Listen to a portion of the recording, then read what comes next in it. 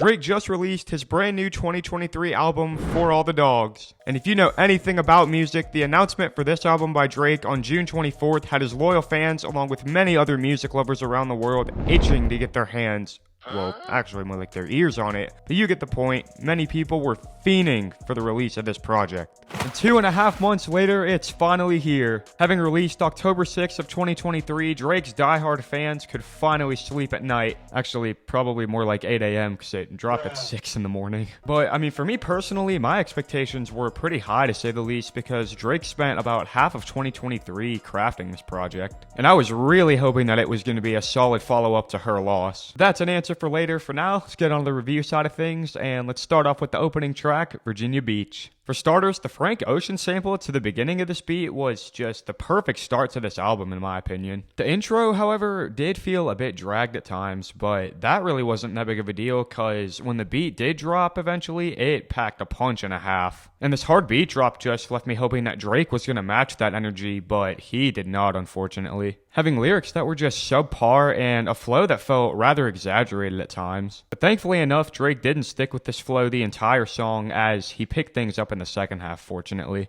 And with Drake's flow stepping up in the second half, I can confidently say the same for the beat too, sounding way fuller and way bouncier than the previous one. From a lyrical standpoint, however, I feel like Drake kind of just remained dull throughout the entirety of the track, unfortunately. And really the same can be said for his vocals too, as I feel like it's really nothing I haven't heard from him before. And all this combined just made for a super weak opener in my opinion. Moving on to the second song of this project, we have Amen with a feature from Tizo Touchdown, who honestly has really grown on me this past month. And for good reason, because he just sounded angelic over this gospel piano melody. And I really wish it was just Tizo Touchdown on the track, to be honest, because when Drake came in, he just straight up ruined that vibe, sounding just so monotone it's not even funny. Being just really a big waste of space until Tizo Touchdown took over again, continuing his great performance. He was just so clearly the standout factor on this track compared to Drake. And that is going to move us on to the third track on this album, titled Calling For You, with 21 Savage as a feature. To start this one off on a note that's positive, Drake fortunately sounds way better than he did on the previous two songs, having glossy vocals in the beginning which sounded really nice with that main synth melody. But unfortunately enough, with Drake sounding the best that he has, it was just completely ruined by just such an unnecessary interlude.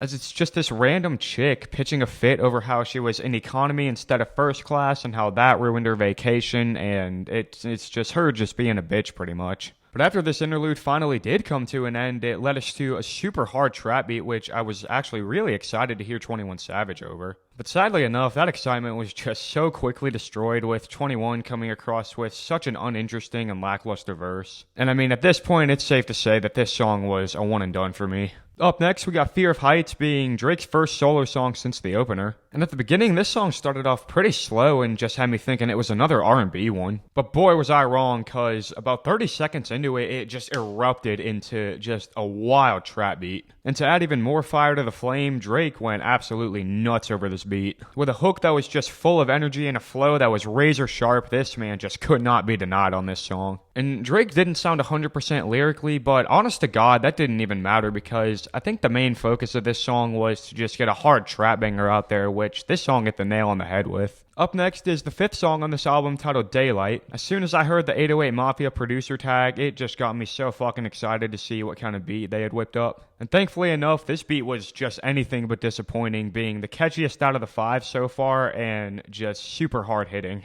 But you know the saying, all good things must come to an end, which Drake unfortunately did to this beat. With this hook being probably the worst one I've heard on this album so far, and lyricism that wasn't anything special either. And I guess Adonis on the outro must have heard me shitting on his dad because he's saying, don't you talk to my man like that. On to the next song, we got First Person Shooter with J. Cole as the feature, which was rather surprising to see honestly, as these two haven't been on a song in 4 years, with their last one being Jodeci Freestyle. And they both did their thing on that track 4 years back, so I was hoping for a replica out of this song. J. Cole kicks this one off with a short intro leading to Drake's opening verse, which was just okay at best, having lyricism that didn't really keep my interest all that much. And to make matters even worse, Drake was doing the same thing that he was doing on Meltdown with Travis Scott, doing this kind of hyperventilating thing at the end of his lines, which just sounds anything but good. But luckily enough, J. Cole was a breath of fresh air, just sounding plenty hungry on his feature. Not wasting a single second on this beat, with a flow that fills in just about every gap of it, while also sounding exceptional lyrically. And speaking of a breath of fresh air, the beat switch on this song was also one, but that's not saying the first beat was bad either. And I guess that gave Drake the time to just kind of recharge, because my gosh, this second verse from him was just such a step up from his first one. Having a much better flow and also way sharper lyrics, this is just a solid ending to a track that I will for sure be returning to.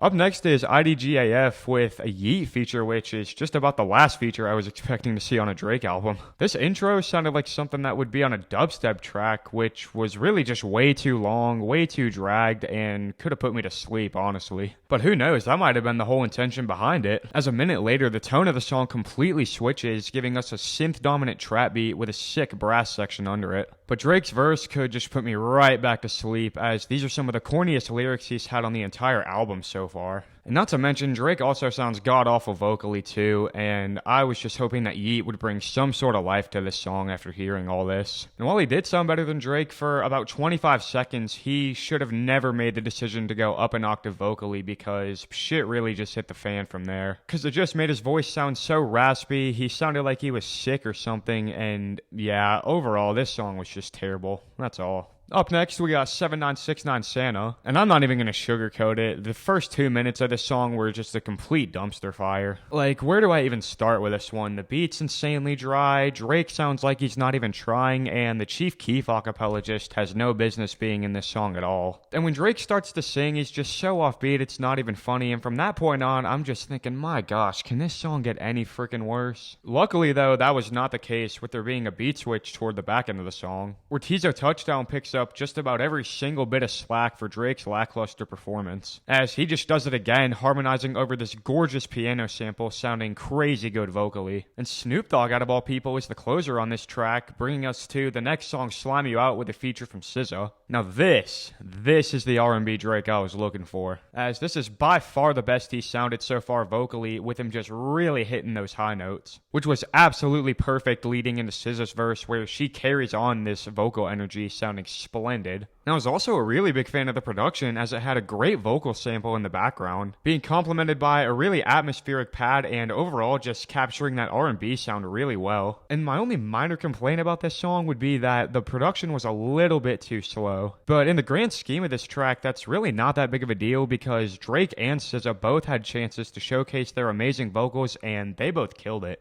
Moving on to Bahamas Promises, this one continues the theme of having that slow-paced R&B tempo, just making for a super laid back and chill kind of vibe, which was kind of the mood throughout the entire duration of this song. And to me, to be honest, this song felt like more of a glorified interlude rather than a full-length track. But that's not to say it's bad at all, with Drake having damn good vocals over excellent harmonizing, which makes for a super mellow track overall. And that brings us on to the next song, Tried Our Best. And for the third song in a row, Drake continues to show off his R&B side, which I really don't mind at all, continuing to sound great vocally as he has on the past couple of tracks. However, with him having these great vocals, his lyrics and also his subject matter are just really surface level in my opinion, unfortunately. Basically just being about how he treated his girl with nothing but respect and in return got treated poorly. And as far as this song goes, Drake's vocals were really the only thing that kept me interested, to be honest. As like I said, the subject matter here really wasn't anything to go crazy over, honestly.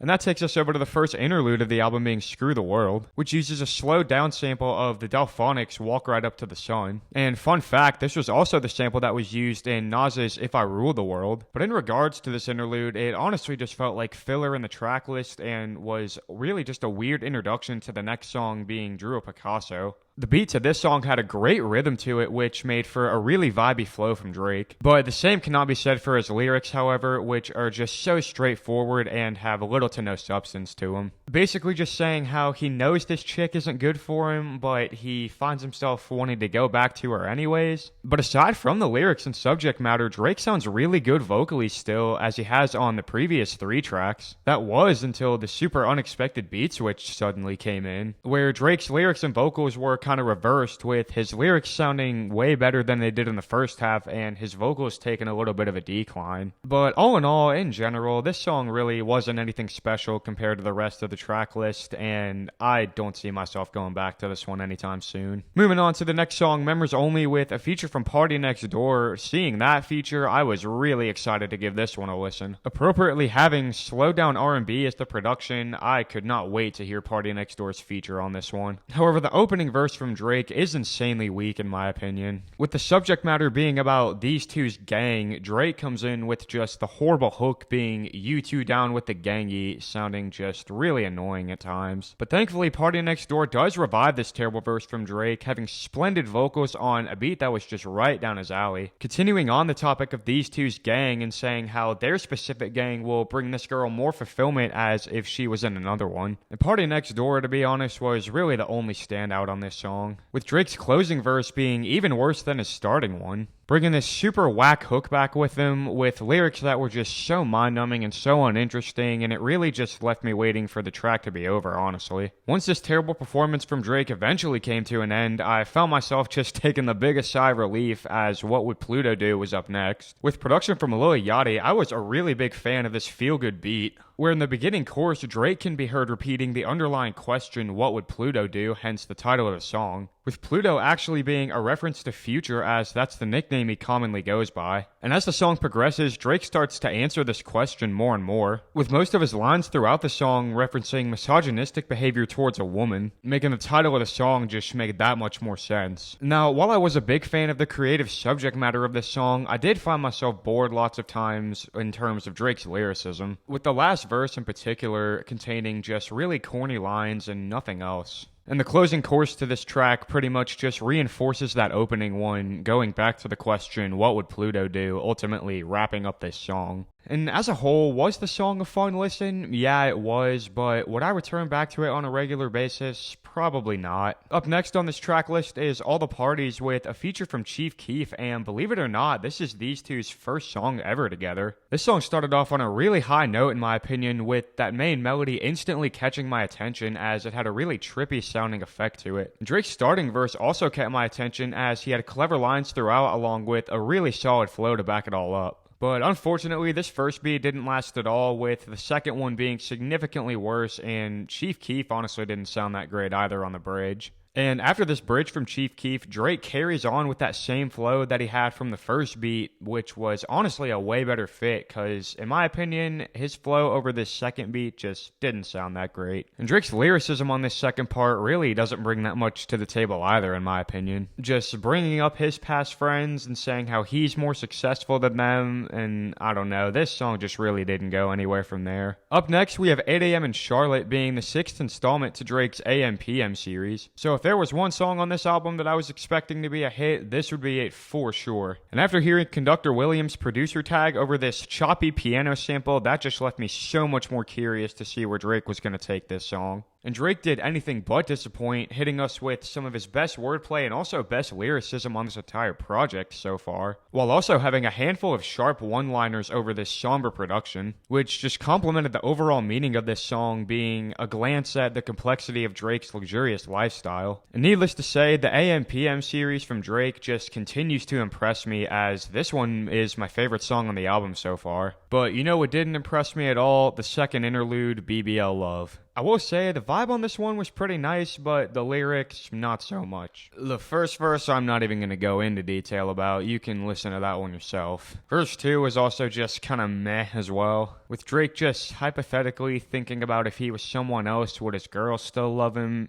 Who knows, man. Leading to this third verse, which Drake just sounds god freaking awful on, with just corny Christmas bars scattered throughout, which fortunately brought this terrible and just unnecessary interlude to an end. And this interlude takes us over to Gently with a feature from Bad Bunny. And I never thought I'd see the day where Drake is singing in Spanish, but here we are. And I just hope this is his one and only time doing this, because my goodness, that was awful. Awful can also be used as a description for his English verse as well over this peppy reggaeton beat, which just sucks.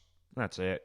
And Bad Bunny just carries on this terrible performance, singing in Spanish and just sounding terrible sonically. And this song was just one big dumpster fire, and that's being generous, honestly. SZA makes her return for her second song on this album alongside Sexy Red on Rich Baby Daddy. The production on this song isn't even that bad, but what was bad was Sexy Red, man, because wow, that was just one painful listen. Talentlessly talking about just shaking her ass the whole song, and like, dude, I would not wish that upon my worst enemy to listen to that feature. Drake isn't really that much of a step up from Sexy Red's feature, as he's just going way too fast on this verse, as if he had to get his feature out in 10 minutes or something. And I swear, dude, it's like they make the best part of the song the shortest, because SZA was literally the only redeeming quality on this song. She had a flow that was similar to something that I would hear Pink Panthers do, and believe it or not, she actually pulled it off really well in my opinion. And then it was just back to Sexy Red's mind-numbing performance, and like, bro, I'm not even kidding you, I genuinely got a headache listening to that shit. This second verse from Drake was also horrible, just being entirely out of place. And yeah, I think you get my point. SZA was the only positive moment on this song, which was about 20 seconds, unfortunately, like I said. And, like, dude, you couldn't pay me money to listen to this song again. On to the third to last track on this album, we have Another Late Night with a feature from Lil Yachty.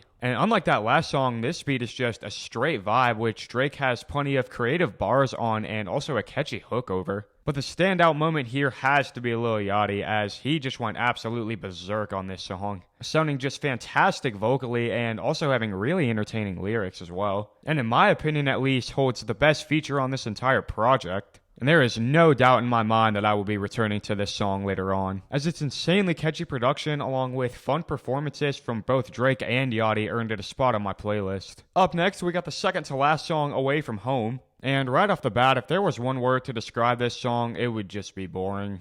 With one of the driest beats on the entire album, accompanied by a handful of corny bars from Drake as well. Sounding so one-dimensional sonically and just underwhelming to say the very least. Rapping about all the struggles that he encountered whenever he first started his music career. Reminiscing on those times and just ultimately being glad that he persevered through it and never gave up. My point here is, I actually was a really big fan of the subject matter, but like I said, sonically, this one just didn't do it for me. And last, but definitely not least, is the closing track, Polar Opposites, with a really crisp vocal sample making for super enticing production and also captivating lyrics from Drake as well. Where on the opening verse, he seems confused as to why this girl treats him differently compared to other people, with the chorus shortly giving us that answer to Drake's confusion, revealing that this chick was actually bipolar and that this disorder only seemed to take place whenever she was around Drake. And come the second verse, we actually get this girl's name being Marina, where Drake basically just goes over how she would always give him mixed signals throughout their complicated relationship, which ultimately just left him feeling more confused than he was before. But despite all of Drake's confusion, the outro just takes a complete 180 contrary to the subject matter, saying how now Drake wants to just risk it all for the relationship, when previously he was just on the fence about it. And in my opinion, this was a great closer to this album, with Drake tapping into the more introspective side of things, while also having a great delivery while doing it, and there's no doubt that this song was a highlight to this album. And with Polar Opposites wrapping up, that is going to bring this hefty album to a close. Now, overall, while this project did have some good standout songs on it, I will say the weak tracks did greatly outweigh them. And to me, this album received a little bit too much hype for what it was, unfortunately. But with all that being said, the best song in my opinion was 8 AM in Charlotte, and the worst song is a toss-up between Gently and Rich Baby Daddy, but Gently is a little more deserving of that spot. And those are my final thoughts on Drake's For All the Dogs, and let me know what y'all thought about it in the comments below, as I'm genuinely really curious to know. And y'all know the drill at this point. Leave a like, drop a comment as well, and of course don't forget to smack that sub button, and I will see y'all in the next video. Peace!